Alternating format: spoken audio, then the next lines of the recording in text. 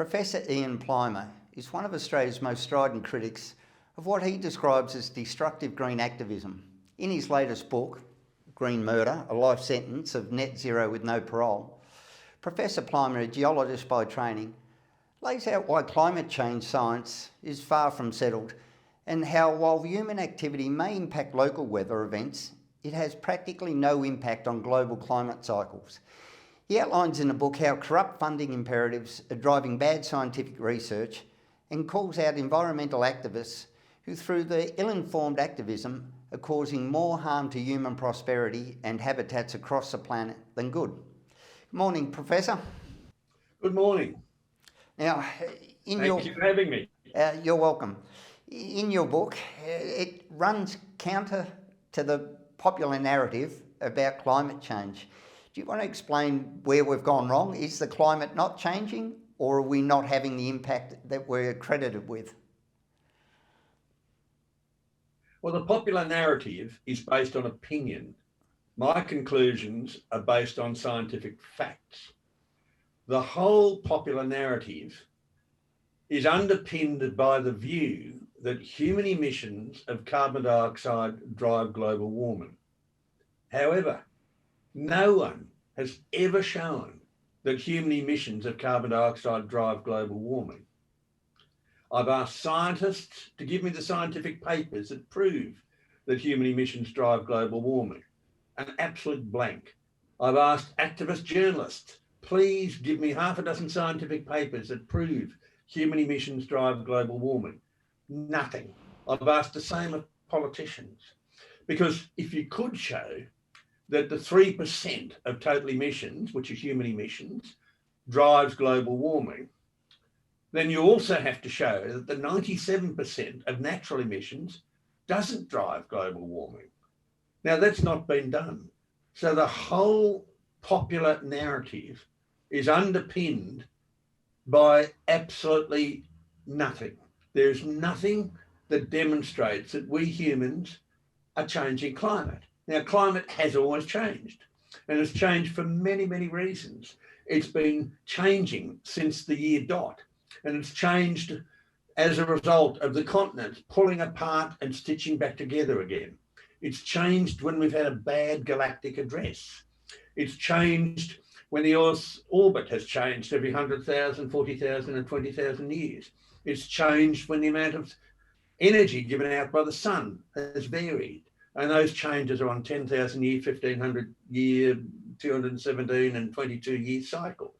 It's changed with oceanic cycles. It's changed with the lunar tidal node, which pushes warm water into the Arctic every 18 and a half years. It's changed by accidental events like enormous volcanic eruptions or an asteroid impact. But to argue that one trace component in the atmosphere drives all of the planetary climate is just nonsense, because in the past we have seen great ice ages at times when the atmospheric carbon dioxide content was up to 100 times higher than now. In fact, 6 out of our 6 great ice ages started when there's more carbon dioxide in the atmosphere than now. So the past is telling us about the present, and the past says that this trace gas carbon dioxide does not change a major planetary system. And in the rules of science, if you have one piece of evidence which is contrary to your theory, you have to throw out the theory. That hasn't been done. So we're not dealing with climate science at all. We're dealing with climate activism. And the end result of that is, I think, a massive damage to our society. And this is why I wrote the book Green Murder, because the consequences of the actions are very serious. Now, I read in the book that it's one molecule out of 85,000 that we've focused on, and that we've put all our money, we've backed this horse, that this is where we need to focus our attention. Is it your contention that we just need to accept that the climate is going to change and be a little bit more aware of it, and maybe not apply so much hubris that we're driving it? Well, yes, we have to, as humans, adapt to climate. We have always done this. if someone from Helsinki in Finland goes and lives in Singapore, they have a temperature increase of about 22 degrees Celsius on average. Now, what do you do when you go and live in Singapore? You adapt to it. If we move from coastal Australia to the desert, we adapt to it. We adapt to the stinkingly hot conditions in summer and the bitterly cold winter conditions when we've got a clear sky and from 3 o'clock onwards in the afternoon you keep putting layers on. We humans can adapt. We have adapted. We've adapted for a very long period of time. We adapt in today's world. We like it warm. That's why people go to the coast or go to warm places for their holidays. It is quite normal to enjoy a warm climate. Warmth doesn't kill people. We know from millions, about 32 million medical records, that it is Jack Frost that kills people. It's the cold climates that kill people. It's not the warm climates. And that one trace molecule, carbon dioxide, it's a bit like a Collingwood fan in the Melbourne cricket ground. One fan there of 85,000 people in the Melbourne cricket ground barracking that Collingwood is going to change the play of the game and Collingwood's going to end up top of the table. Well, it just doesn't happen. You can't do that as one person, nor can you do it as one molecule out of 85,000. So we have been fed a fear campaign. Now we fear things that we don't understand. We fear things we don't see. We fear things for which we have no explanation. And so this whole campaign exploits the fact that we humans fear things and we humans are really scientifically totally illiterate. And the average journalist has the literacy, the scientific literacy of someone who can't read or write. That's how bad their science is. And I have standard questions that I ask journalists and they can't answer them. So when they talk about carbon pollution, that's misleading. Carbon is black. And if we had carbon pollution, you couldn't see. So you say, oh, you mean carbon dioxide? Yes, it's carbon dioxide. Okay, well, that's just to make sure we're talking about the same thing. What is the molecular weight of carbon dioxide? Now, I could have answered that question when I was 12 at school because I knew the periodic table. The answer is 44, but they don't know it. So they're talking and scaring people about things they know nothing about. And this is why I say I don't have opinions. I have facts, and these scientific facts have been validated, and these scientific facts give us a picture of the planet going right back in the past. And if what happened in the past is very different from today, then we have to change the laws of physics and chemistry. And that's what they're asking us to do. They're asking us to believe, which is a word of religion and politics, but they're asking us to believe that one lonely little molecule in 85,000 changes a whole planetary system. Well, my answer is pull the other one. It's got bells on it. Now, Professor, in the book you go into great detail about some of the problems we're actually creating by this activism, the lack of ability to recycle solar panels, the short lifespan of wind turbine blades, and some of the impacts that we're having on actually trying to mitigate the very thing that we may be impacting further on. Well, yes, the argument is put up. We filthy, dirty, shocking humans have to stop emitting carbon dioxide. No one tells you it's plant food. No one tells you that over the last 30 years, satellite imagery has shown that the planet has got a little bit greener due to a slight increase in atmospheric carbon dioxide. Crop yields have got better, partly due to an increase in carbon dioxide, partly due to better fertilizers, and partly due to GM crops. But we are told we have to stop emitting carbon dioxide. And the best way to do this is to get rid of coal-fired power and have solar and have wind. Now, the amount of carbon dioxide that's released in making solar panels or making wind turbines is more than they'll save in their working life.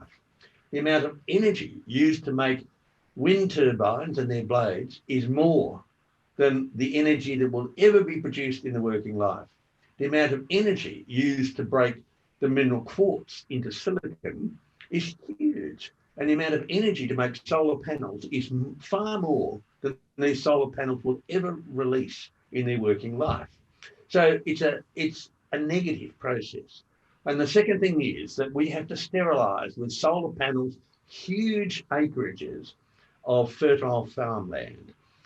We cannot have crops in those areas. We might be able to graze a few animals on the remaining bits of grass there that get a little bit of sunlight on them, but we sterilise farmland. And to make it worse, those solar panels are built in China. Most of them built in China are built by slave labour. So here's the moral question. If you're a great believer that we should be reducing our carbon dioxide emissions for moral reasons, why do you support the use of slave labour to make solar panels? That's immoral. And we see with wind turbines, the turbine blades are made of composites. These composites we cannot recycle. The same with solar panels. We cannot recycle them. They get dumped. And leaching out of the turbine blades and leaching out of the solar panels are toxins. And these toxins get into the soils and get into the water table. In most industries, if you build a big structure, if you've got a factory or a mine and build a big structure, you have to provide a bond in case you go broke. And when you finish the operation, they can clean up after you. You are required in major industry in Australia to put a bond with government to clean up and leave the land as it was when you started. But you don't have to do that with the wind and solar industry. So I can see that at the end of the life of some of these wind and solar industrial complexes, there will just be a mess left. Wind and solar do not generate power from nature. They generate power from subsidies. So our increased electricity costs are due to the subsidies for inefficient energy that is unreliable, that only works for certain periods of time in the day. And with wind, it is unpredictable when you are going to produce electricity. So it's a net loss economic disaster, which you, the average taxpayer, average electricity consumer, pays for. And the employer, for example, if you're running a foundry, you use a huge amount of energy, you might go backwards because of the high energy costs and people lose their jobs. So I see that the Greens are really tearing apart the structure of society. So where to from here, Professor? We see a lot of linking of we've seen some terrible floods in Australia recently. We've seen some droughts and fires. We seem to be associating or linking these things to the changing climate. Where to from here? Is this going to get better? Do we just continue on? Are we hopeless or powerless in this, or do we just ride it out? We often read about people linking floods, bushfires, and drought to climate change. Now, a 30-second search on one of these would show you that that's not the case. We hear the word unprecedented. A 30-second search shows you that we had far bigger bushfires in Australia in the past, especially 1939 and 1851. With floods, we have now expanding cities that are expanding laterally rather than vertically, and people are building on floodplains. Why do you think it's called a floodplain? It's because it's flooded. And we can see from looking at the sediment in these floodplains that instead of mud being deposited, we had sands and gravels deposited when there was far more water and flowing much faster. We've had in the past far bigger floods than have ever been recorded while we have settled here. We see in Brisbane far bigger floods in the past. And in Brisbane, dredging of the Brisbane River stopped in 1996. Well, no wonder you're going to have problems. This is a normal process in ports and river ports, is to dredge.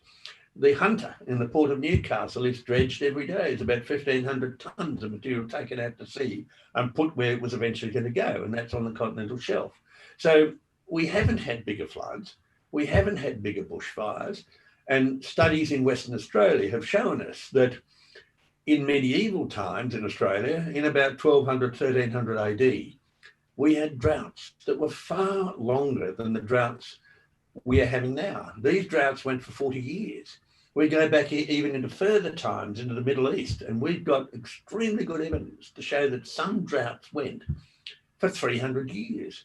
No wonder we see civilizations that just disappeared, because there was no water, there was no ability to grow grain and to have stock grazing on grasslands. So a 30-second search on a smartphone will show you that we are being told lies by people who are trying to frighten us. And I argue in the first chapter of this book that this is the end result of a 40 or 50 year period of dumbing down our education system. People are not curious.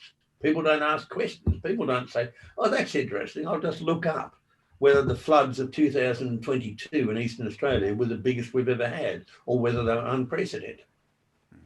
All right, Professor Ian Plimer, new book out, Green Murder. I would highly recommend that you buy it and look at it. Thanks for your time, Professor.